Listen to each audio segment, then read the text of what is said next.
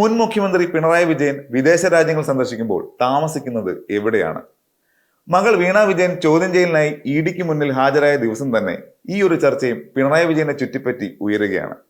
പിണറായിയുടെ വിദേശ യാത്രകളും അതുമായി ബന്ധപ്പെട്ട ചെലവുകളും പലപ്പോഴും രാഷ്ട്രീയ സാമൂഹിക തലങ്ങളിൽ വലിയ ചർച്ചകൾക്ക് വഴിവെച്ചിട്ടുള്ളതാണ്. എന്നാൽ ഇപ്പോൾ അദ്ദേഹം മുഖ്യമന്ത്രിയായിരുന്ന 10 വർഷത്തെ ഭരണകാലയളവിൽ നടത്തിയ വിദേശ സന്ദർശനങ്ങളുടെ ഔദ്യോഗിക വിവരങ്ങളിൽ കണ്ടെത്തിയ ചില കാര്യങ്ങളാണ് പുതിയ ചർച്ചകൾക്ക് വഴിവെച്ചിരിക്കുന്നത്. അധികാരത്തിലിരുന്ന 10 വർഷത്തിൽ പിണറായി വിജയൻ 30 വിദേശ യാത്രകളാണ് നടത്തിയത്.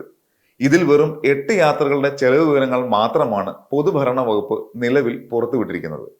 ഈ 8 യാത്രകൾക്കായി ആകെ 74,59,364 രൂപ ചെലവായതായും കണക്കുകൾ കാണിക്കുന്നു. എന്നാൽ ഈ റിപ്പോർട്ടിലെ ഏറ്റവും വിചിത്രമായ കാര്യം വിദേശ രാജ്യങ്ങളിലെ താമസത്തിനായി ചെലവഴിച്ച തുകയുടെ സ്ഥാനത്ത് 0 എന്നാണ് രേഖപ്പെടുത്തിയിരിക്കുന്നത് എന്നതാണ്. വിദേശ രാജ്യങ്ങളിൽ മുൻ മുഖ്യമന്ത്രിയും സംഘവും താമസത്തിന്റെ ചെലവുകൾ എങ്ങനെ 0 എന്നതിന് കൃത്യമായ വിശദീകരണം നൽകാൻ അധികൃതർക്ക് കഴിഞ്ഞിട്ടില്ല.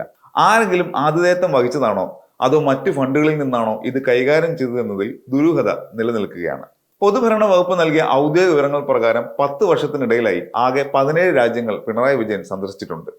US, UK, UAE, Netherlands, Switzerland, France, Japan, Norway, Cuba, ദക്ഷിണ Korea, Singapore, Saudi Arabia, Oman, Qatar, Kuwait, Bahrain എന്നിവയാണ് അദ്ദേഹം സന്ദർശിച്ച പ്രധാന രാജ്യങ്ങൾ.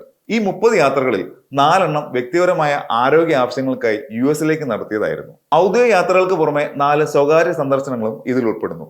ഇതിൽ 2018 ജൂലൈയിൽ US നടത്തിയ ഒരു യാത്ര ഔദ്യോഗിക രേഖകളിൽ സ്വകാര്യം എന്നാണ് രേഖപ്പെടുത്തിയിട്ടുള്ളതെങ്കിലും ഇതിന്റെ യാത്രാക്കൂലിയായി 3,82,807 രൂപ സർക്കാർ ഫണ്ടിൽ നിന്ന് അനുവദിച്ചിട്ടുണ്ടെന്നും റിപ്പോർട്ടിൽ വ്യക്തമാക്കുന്നു. കോട്ടയം ജില്ലയിലെ മുളക്കളം സൗത്ത് സ്വദേശിയായ MD തോമസ് എന്ന വ്യക്തി സമർപ്പിച്ച വിവരാവകാശ അപേക്ഷയ്ക്കാണ് പൊതുഭരണ വകുപ്പ് ഈ മറുപടി നൽകിയത്. എന്നാൽ വിദേശ യാത്രകളുടെയും താമസത്തിന്റെയും പൂർണ്ണമായ കണക്കുകൾ വ്യക്തമാക്കാത്ത സാഹചര്യത്തിൽ കൃത്യമായ വിവരങ്ങൾ പുറത്തു കൊണ്ടുവരുന്നതിനായി ഈ മറുപടിക്കെതിരെ അപ്പീൽ നൽകാനാണ് അപേക്ഷകന്റെ തീരുമാനം.